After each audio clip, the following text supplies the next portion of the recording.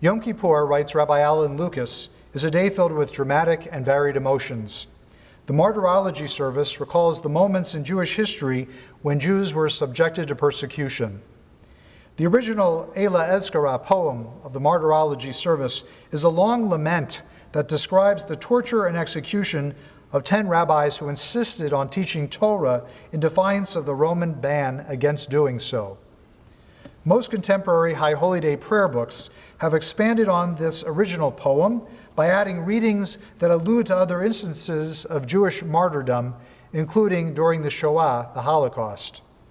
We include these terrible reminiscences as part of our Yom Kippur liturgy because it seems fitting that on the very day when we attempt to reconnect our inner selves, we also seek to reconnect with those who gave their lives for their Jewishness throughout history. Reciting the Eila Ezkara is a way to ask God to remember those of our ancestors who died as martyrs for the sanctification of God's name.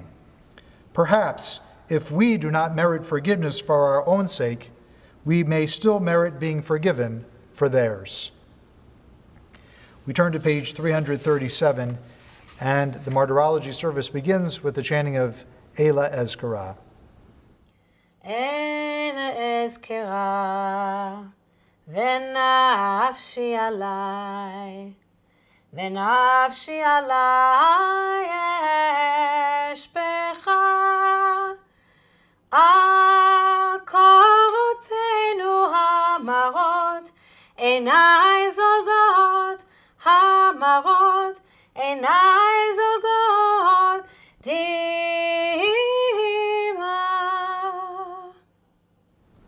The martyrdom of Rabban Shimon. In the time of the Roman Empire, God suffered 10 rabbis to be martyred. 2 of the most distinguished were taken out first: Rabbi Yishmael, the high priest, and Rabban Shimon ben Gamliel, head of the Sanhedrin. Rabban Shimon pleaded to be executed first in order not to gaze upon the death of the one who had served God in the temple. The tyrant commanded that lots be cast, and it fell to Rabban Shimon to be martyred first, and have his blood flow like a slaughtered bull. Rabbi Yishmael picked up his severed head and cried bitterly like the shofar, "How the tongue that rushed to teach such beautiful words now licks the earth because of our sins." These I recall. Eila Ezkara. Eila Ezkara, ונפשי עלי, ונפשי עלי אשפכה, עקרותינו המרות, עיניי זולגות, המרות, עיניי זולגות, דמעה.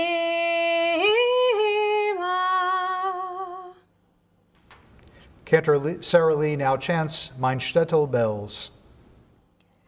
Als ich zu mir dem Morgen, meine Kinder schauen, Punkte wie ein Chulem, seht das mir aus.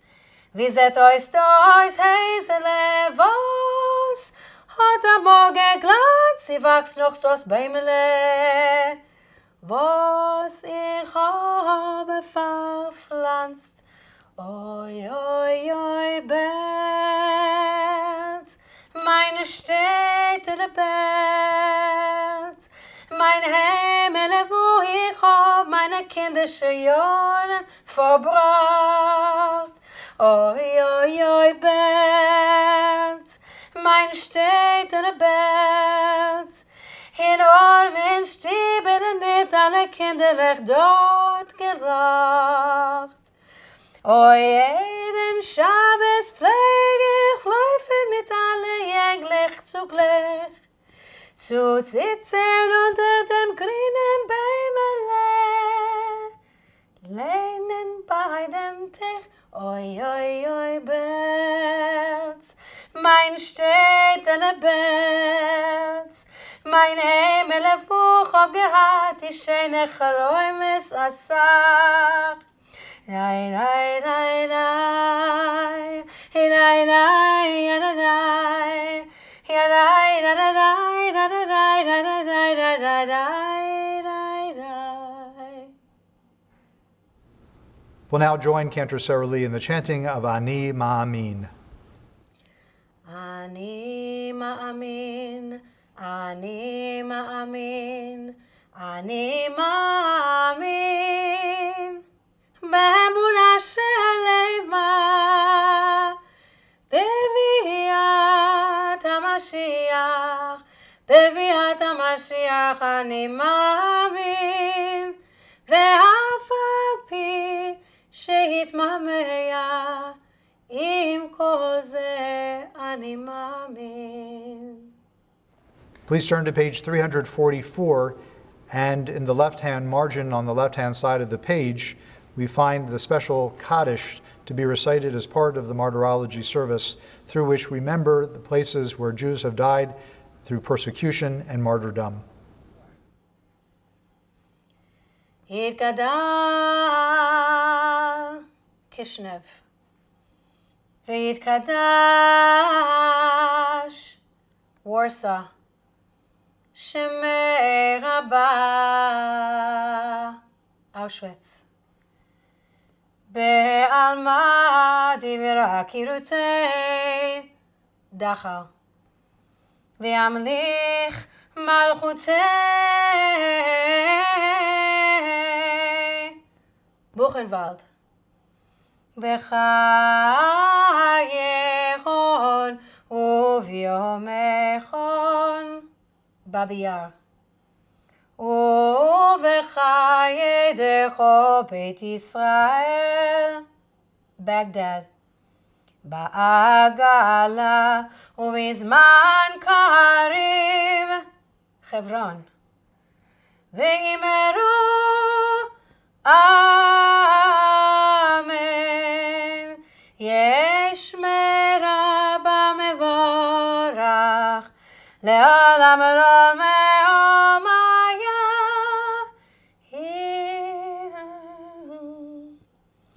יתברך וישתבח כבר ציון, ויתפאר ויתרומם מעץ, ויתנשא ויתהדר תרזן, ויתעלה ויתהלל שמי לקודשה בריחו לעילה לעילה. וילנה, ברגן-בלזן, טרמבלינקה, מכל ברכתה ושירתה, תושבחתה ונחמתה, תאמירן בעלמא. אושה, מסדה, ג'רוסלם, ואמרו אמן. יש למה רבה מן שמיה וחיים עלינו ועל כל ישראל, ואמרו אמן. עושה שלום במרומם, הוא יעשה שלום עלינו ועל כל ישראל ועל כל יושבי תבל, ואמרו אמן. Many in our congregation will fondly remember Annalise Nussbaum, who passed away just a few months ago. She was not only a devoted member of our congregation, but someone who came each and every Shabbat to worship with us here in the sanctuary. She was also a member of our synagogue's choir, and she was a survivor of the Holocaust who experienced firsthand the horrors of Auschwitz-Birkenau. This past winter, Annalise was invited to return to Auschwitz-Birkenau for the 75th commemoration of the camp's liberation. And she went back to Poland accompanied by members of her family, including our members Jan, Jeff, Maya, and Hannah Nussbaum. Today, as part of our Martyrology service, we have invited her family members to share reminiscences of Annalise and of that experience.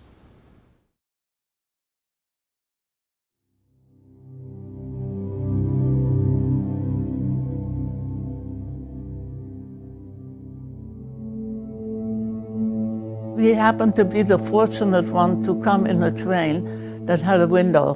We could see outside. And my aunt recognizes that this is not a good place.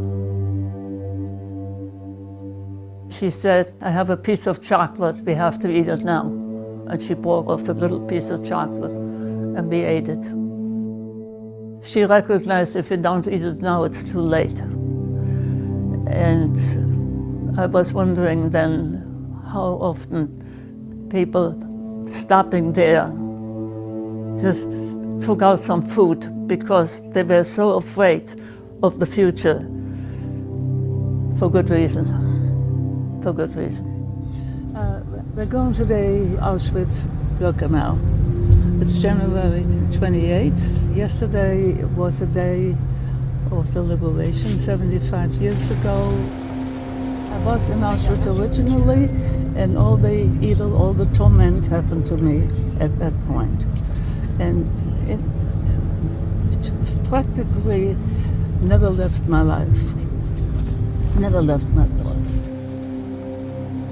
Transport toward Auschwitz gave me sleepless nights for years and years, to a point that I needed professional help. I had learned from an earlier experience when I took my family to Mauthausen, the concentration camp in Austria where I was liberated, and once I faced it, that my nightmares had diminished about Mauthausen. It sort of put a little like closure, and it became less fearful once I had been there. I wanted the same thing to Auschwitz. The minute that the train stopped, it was total chaos.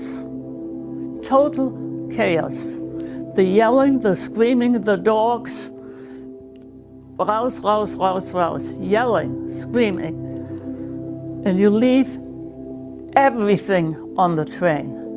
Everything. They tell you to divide.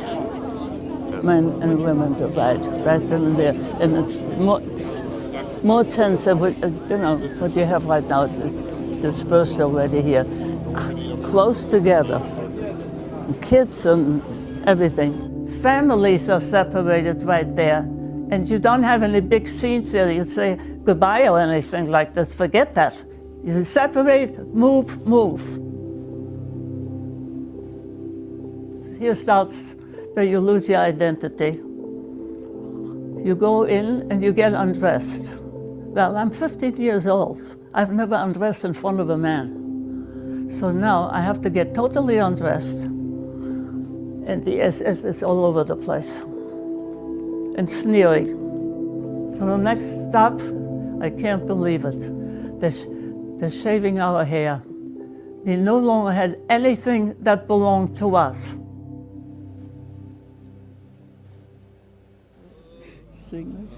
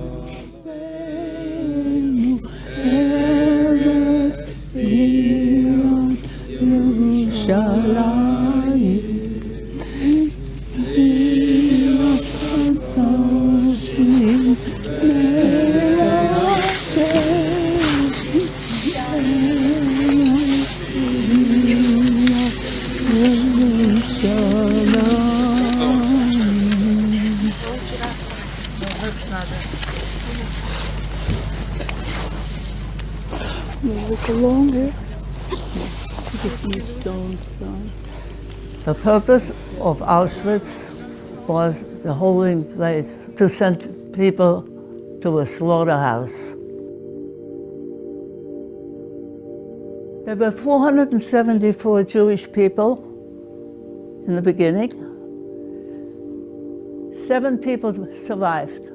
The 7 people were all women, and I am the only school child that survived. None of the boys, none of the men returned to Bonn.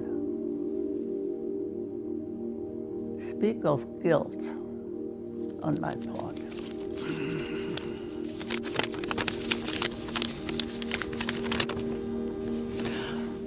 Our rail car approached the entrance. Men in uniform were working along these tracks.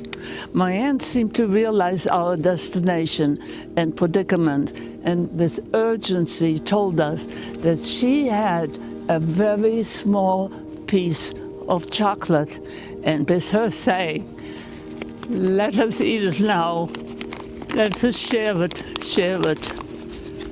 She took it out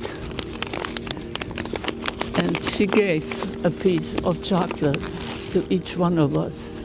Why don't you do that? Take a piece of chocolate and hold it.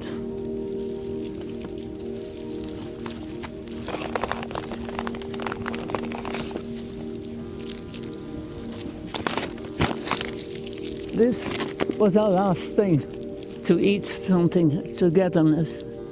It was our very, very last sweet thing that we could share, because before the next hour was up, she was gone for us forever. We are going to eat this chocolate right now. We want to think of her and the many other people who probably realized this might be the very last they can do for whoever is with them.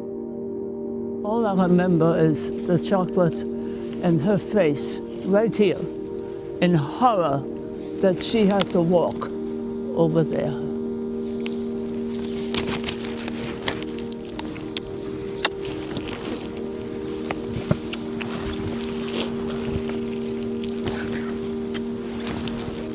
Nobody should ever part like this. Nobody. She has made it a life mission to make sure that her story and her family's story is heard and not forgotten. And she does that by speaking to thousands and thousands of kids. And by speaking to them, she's a real human, and she's putting her face on the story to make it memorable for them. It has to be told. I mean, this is history. We don't want generations to read about this and say, oh, this never happened. They have to know the history. They have to learn from it. They have to use this as an example. If they don't know what is right or wrong, they will go the wrong way. And that's not what we want. We want them to be good citizens. I've made a promise. I will speak in memory of my parents as long as I can, as long as I'm able to. When I started to speak, I felt this is the right way to go. I can do something positive with all the losses that I personally had, that my people had, and my community had. I feel terrible about that, having lost so many people. When my time comes and I close my eyes, I want to be able to think, I did the best I could. It was probably not enough. Nobody does anything enough. But I think I tried. I did what I could.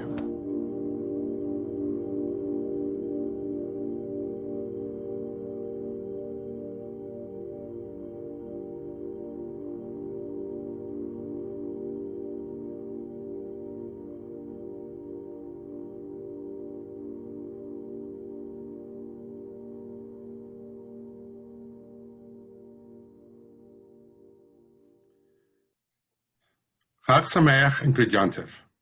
We, my wife Jan, my daughters Maya and Hannah, and I want to thank you for allowing us to speak about the trip our family took to Krakow, Poland with my mother Annalisa Nussbaum to commemorate the 75th anniversary of the liberation of Auschwitz.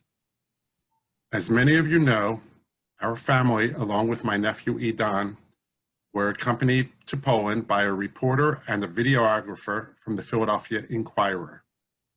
Jason Nark wrote a poignant piece in the paper that appeared just after our return. Lauren Schneiderman shot and produced the video that you just watched. And this past week, we were thrilled when it won an Emmy in the Mid-Atlantic Regional Awards. I would like to start off with a brief bio of my mom. Annalisa Winterberg Nussbaum was born in Guben, Germany in 1929. Her family moved to Bonn, Germany when she was 2 years old. By 1935, she became aware of her Jewishness when her family's citizenship was revoked and gradually conditions worsened for the Jews under Nazi rule. On November 9th and 10th of 1938, Kristallnacht, the Nazis burned her synagogue. This was absolutely devastating for her. Being the daughter of the cantor, that synagogue was her second home. In July 1941, when my mother was 12 years old, the Nazis ordered her family and all the Jews of Bonn, a total of 474 people, to move to a cloister. In July 1942, they were deported to Theresienstadt in Czechoslovakia. In October 1944, she was deported with her mother and aunt to Auschwitz. Upon arrival, she was selected to work in the slave labor camp. 5 days later, she and her mother were deported to an airplane factory in Freiburg, Germany, where she was forced to make airplane parts. Here, she bartered a piece of bread for a soap dish, a piece of bread for a comb, both of which she continued to show to classes when she lectured. In April 1945, she and her mother were deported in open cattle cars to Mauthausen concentration camp in Austria. The trip took 2.5 weeks. On May 5th, the American Army liberated them. My grandmother, afflicted with tuberculosis since Auschwitz, died in December of 1945. In 1946, my mother moved to New York City as an orphan. Her mission was to be on the road of perpetual remembrance. She was a lecturer and had brought her experiences to tens of thousands of school students, as well as many religious institutions, private organizations, and governmental institutions. My mother had previously gone back to visit other camps, including Mauthausen, Dachau, and Theresienstadt. She did return to Auschwitz 4 years ago with my sister and niece, as she was invited as part of a Federation trip. Then, last summer, my mother received an invitation from the Auschwitz-Birkenau Memorial Foundation, ABMF, for the short trip which took place January 26th through 29th of this year, coinciding with the actual date of the 75th anniversary of the liberation of Auschwitz-Birkenau. It took a lot of convincing for her to finally agree to travel to Poland in the middle of winter, and we were so blessed that she finally agreed and will always cherish this trip. The Auschwitz-Birkenau Memorial Foundation was actively involved in the preparations for the anniversary and in organizing the funding for the participation of survivors and the facilitation of their travel to the ceremony. ABMF believes that the existence of the Auschwitz-Birkenau Memorial and Museum, its authenticity, and its message will help prevent a reoccurrence of the hatred, racism, anti-Semitism, and xenophobia that led to the Holocaust. Their mission is to secure the preservation of the authentic remains of Auschwitz-Birkenau.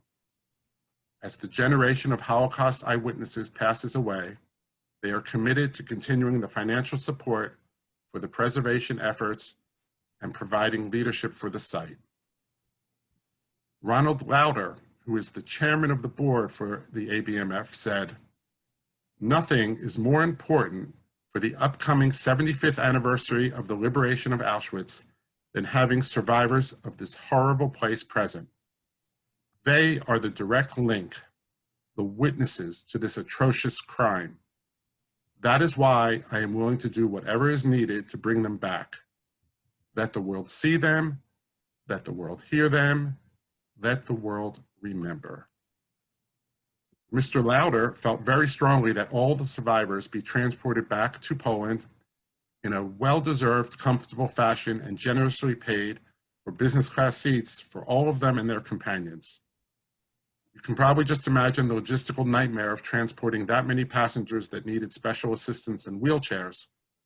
So I, being in the travel industry, was able to arrange for an all business class charter flight to transport close to 1/3 of the survivors directly into Krakow. We were very lucky. Weather cooperated, and remarkably, all the survivors made it on time. Upon our arrival into Krakow, the terminal was filled with local members of the Jewish community who welcomed us in the arrival hall with signs and posters and singing Hebrew songs. The young adults approached each survivor individually, welcoming them and keeping them company until our transport arrived. The woman who greeted my mother actually returned to the airport on the day we left, all on her own, to thank her for coming. It was very touching. Later that evening, everyone gathered for the opening event dinner, which included speeches from Mr. Lauder, the President of Ukraine, other dignitaries, as well as Holocaust survivors and their families. The presence of these dignitaries and the press from around the globe set the tone for this evening and marked its importance around the world. At the conclusion of the moving and inspiring speeches and dinner, Hatikva was led by an Israeli survivor who was accompanied by 40 of her descendants. Behind them on the screen were images of children in pre-war Poland Jewish schools, also singing Hatikva. We all knew as we sing along that almost every one of those children perished in the camps. On the morning of January 27th, we traveled to Auschwitz-Birkenau for the 75th anniversary memorial ceremony. This event took place in a huge heated tent set up at the infamous entrance to the Birkenau Gate, which marked the end of the journey for the 1.1 million murdered there. Prior to our arrival at the camp, the 200 survivors boarded buses to meet for a group photo. I was Annalie's official companion and had the privilege to witness this photograph. Seated in front of me were 200 miracles. By design, no one was meant to survive Auschwitz. These remarkable 200 people seated before me each had a story to tell, a story of loss, a story of strength, and of course, a story of survival. Just witnessing it took my breath away. Then we boarded a motor coach clearly labeled as Survivor Delegation that took us to Auschwitz. Upon arriving at the camps, I was overcome with emotions. My first stark realization was one of the enormous size of the place. I was then struck by the fact that there were no walls surrounding either Auschwitz nor Birkenau, just miles of barbed wire fences between sentry posts. And my last quick observation was that the camp was smack in the middle of an ordinary Polish town. To be the people in the houses adjacent to the camp, its sights, its sounds, its smells, must have been horrific. As we entered through the gates, I took Annalie's hand and held it tight. And then I took a moment to glance at the faces of the other survivors on the bus. Some of them looked frightened, some were crying, some looked visibly angry, some triumphant, and I remembered feeling like I had hoped that each of them got the peace they were seeking from this return. As you may have noticed in the invitation shown earlier, the tent was enormous and the stage was positioned facing the well-illuminated Gate of Death, with a wide aisle down the middle of the room to leave room for the railroad tracks, covered in glass and all lit up. Along the inside of the tent, the walls contained movies of barbed wire fences. It was quite a chilling feeling to be seated directly behind the group of survivors who were front and center, facing that gate that brought them years of nightmares. We, the children that accompanied them, willed them all our strength and held up signs that simply read, "We will remember." Little did I know that this momentous ceremony would change my perspective on life forever. I was talking to my sister about random things, and along with a huge crowd of people, I hurried into the tent. and there it was, the entrance to a place where millions of innocent people were slaughtered. My smile disappeared. I just stared at it for a few minutes before people shoved me to move along. As I just kept walking, I just kept staring at the large railway all lit up. I suddenly got more nervous and jittery. I could feel my eyes swell up, yet I could not take them away from the entryway. I walked up the long pathway to see the tracks. They were covered by glass. I just stood there in absolute shock and horror. I pictured my great-aunt Anita, my great-grandmother, and Grandma on the train. I could see the fear in my great-aunt's eyes. I could see her giving my grandma the final piece of chocolate. I could see all the Jews on their way to misery. As the ceremony began, speakers came up to the podium. I tried my hardest to listen, but all I could hear were the guards yelling, "Rouse, rouse, rouse." The dogs barking, people screaming, trying to hold on to their loved ones. Then all I saw was my great-aunt towards the right side. Then I looked over to where my grandma was sitting on the left. They gave each other the goodbye look, and Anita was gone. I got the chills. As I explained to the reporter, I literally could not even imagine how all these people felt. Never seeing the ones they love again, their moms, dads, siblings, grandparents, ever again because they were Jewish. Being separated from your belongings because they were Jewish. Never getting a chance to live their own and one and only life to the fullest. Why? Because they were Jewish. And it all started with the train tracks just feet away from me. I finally was able to zone back into the ceremony. Ronald Lauder started his speech. He mentioned, "They killed millions of the wrong people. These survivors standing before us are the real heroes." As he spoke in front of the railway, I realized that even though we lost a lot of people, too many people, we still made it. There we were, the Jewish people, standing on the grounds of a plan to kill every Jew possible, with over 200 survivors. Yes, those train tracks will always bring me nightmares, but we made it. And sitting there with all these heroes in the room just proves that Hitler never got the chance to get rid of us. We, the Jewish people, survived. Speakers during the ceremony included the President of Poland, several survivors, and Ronald Lauder. Cantor David Wishnia from the Philadelphia area, survivor himself, sang the El Male Rahman. The Polish president apologized openly to the Polish survivors, who were each marked with special scarves. One survivor spoke about what he believed should be the 11th commandment. "Thou shalt not be ambivalent," he said, and described his hopes for his granddaughters and future generations, that they not sit idly by as injustice occurs in the world. However, for me, one of the most striking moments during the ceremony took place when Ronald Lauder personally addressed the nearly 100 dignitaries, presidents, princes, prime ministers, ambassadors, and clergy that were present. "Let me be very clear," he said directly to them.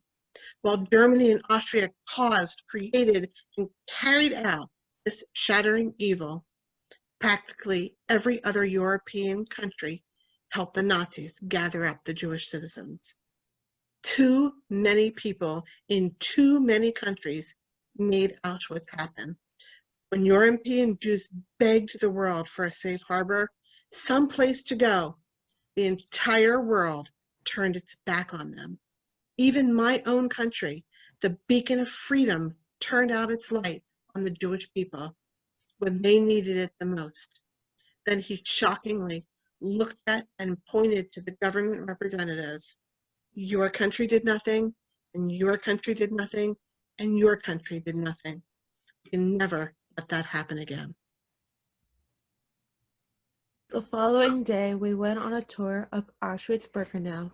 Our group assembled with an expert guide from J-Roots. We began our moving day in Auschwitz. I'm not even sure that my words can even begin to describe how awfully riveted I was the moment we, as a family, all holding each other's hands tightly, walked through the gate that read, "Arbeit macht frei," work sets you free. As I held my grandmother's quaking hand, tears running down her face, I felt triumphant that our family was not wiped out as so many other family lines were. We wheeled my grandmother on the uneven, stony pavement, passing blockade after blockade. Blockade number 10, infamous for the criminal medical experiments carried out by Dr. Karl Klauberg. We walked through an exhibit displaying the thousands of stolen dishes and cups. Our guide shared that while the men packed their tefillin and prayer books, the women made sure they took a meat pot and a dairy pot to cook for their families. They truly had no idea what was coming. There were tens of thousands of pots. Then there were the exhibits of hairbrushes, the shoes, the clothes, the human hair, which was quickly losing its original color and turning ashy gray. Each exhibit represented loss of possessions, the lost identity of millions of people, the lost identity of my grandmother. An exhibit at the Auschwitz Museum that still sticks to me to this day was when my grandmother and I came across the impairment devices. Mumbled words, unclear to interpret, my grandmother broke into tears and said, "This is how my aunt died." My grandmother's aunt, Anita Lewinsky, was my grandmother's second mother. She was a teacher. She was caring, loving, optimistic, afflicted with a leg impairment. Anita was then sent to the gas chambers, never again to be seen. We then found ourselves at the Book of Names, the book that consisted of the millions of names of those who were executed during World War II. My grandmother had just given my cousin, my sister, and I a slip of paper with the names of her loved ones who had perished. As we searched for the names, it was all so real. It took a whole room to list the names of all who have perished.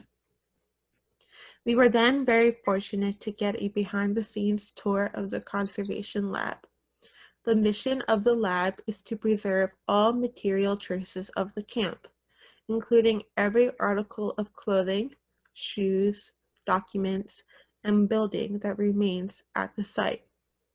The conservators painstakingly work not to repair the artifacts, but to prevent them from further damage. They check every inch of every piece for evidence of threads, hair, or hidden lettering. This lab is mostly funded by fundraising efforts by the Auschwitz-Birkenau Memorial Foundation. Also, several countries have contributed money to this cause, with Germany pledging $66 million to date.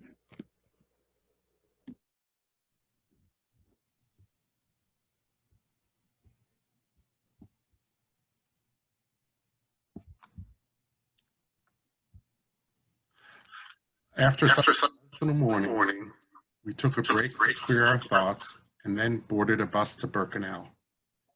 We purposely entered from the rear of the camp, behind the fallen gas chambers, where we were able to view the vastness and enormity of the camp.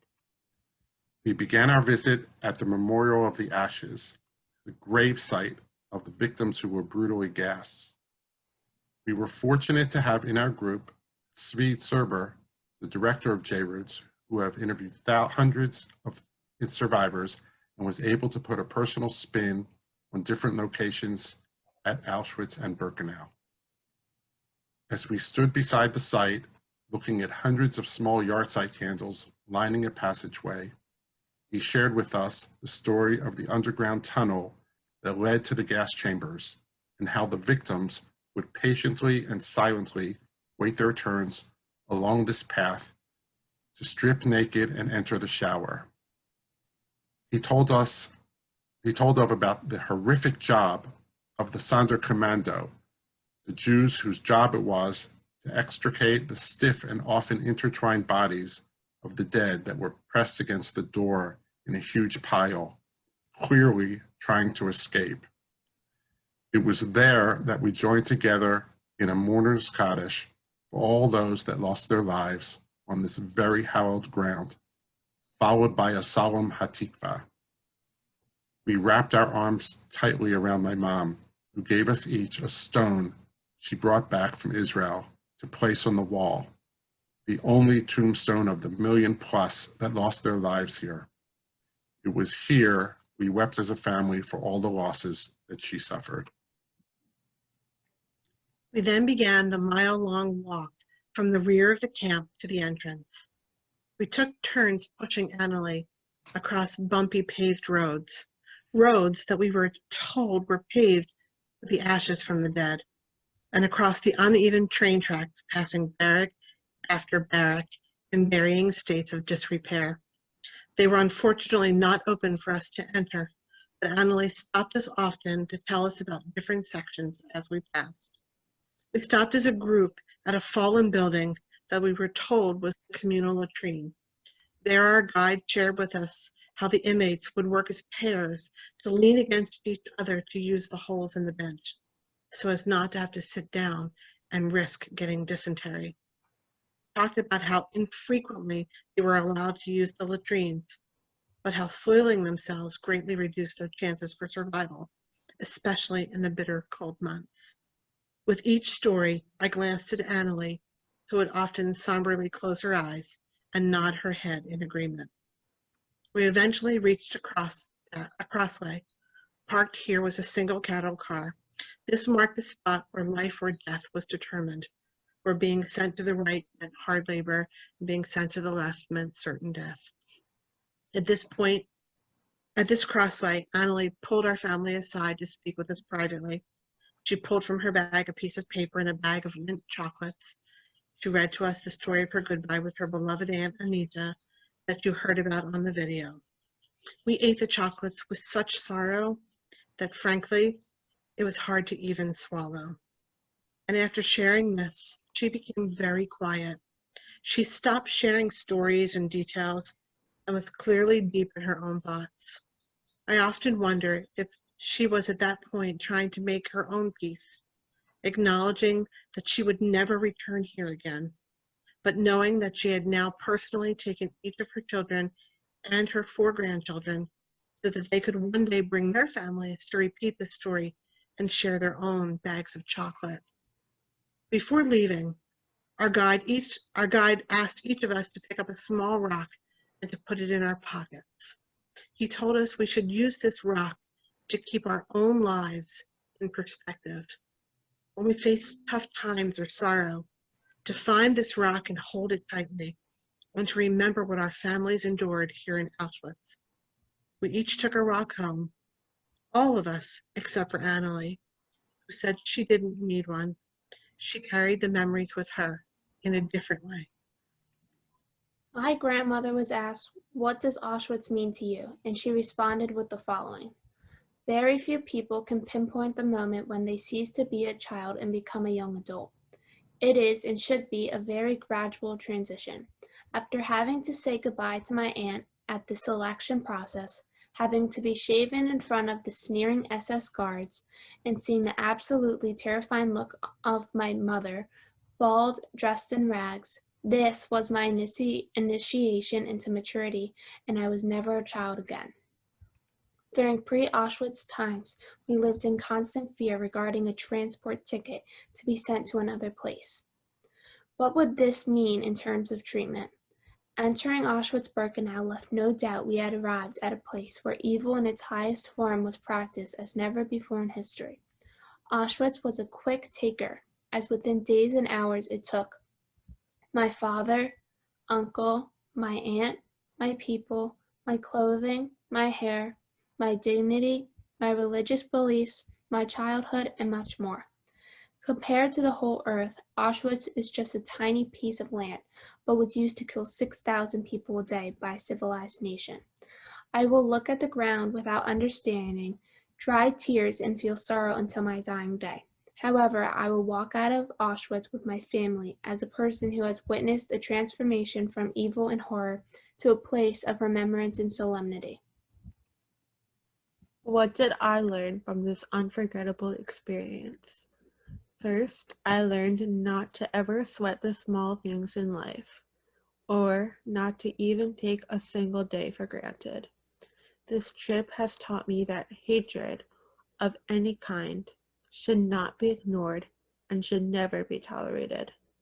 Recently, as part of my high school graduation requirement, I had to participate in a community study project. Prior to the pandemic, I was supposed to present the trip we took to the faculty members of the Upper Dublin School District.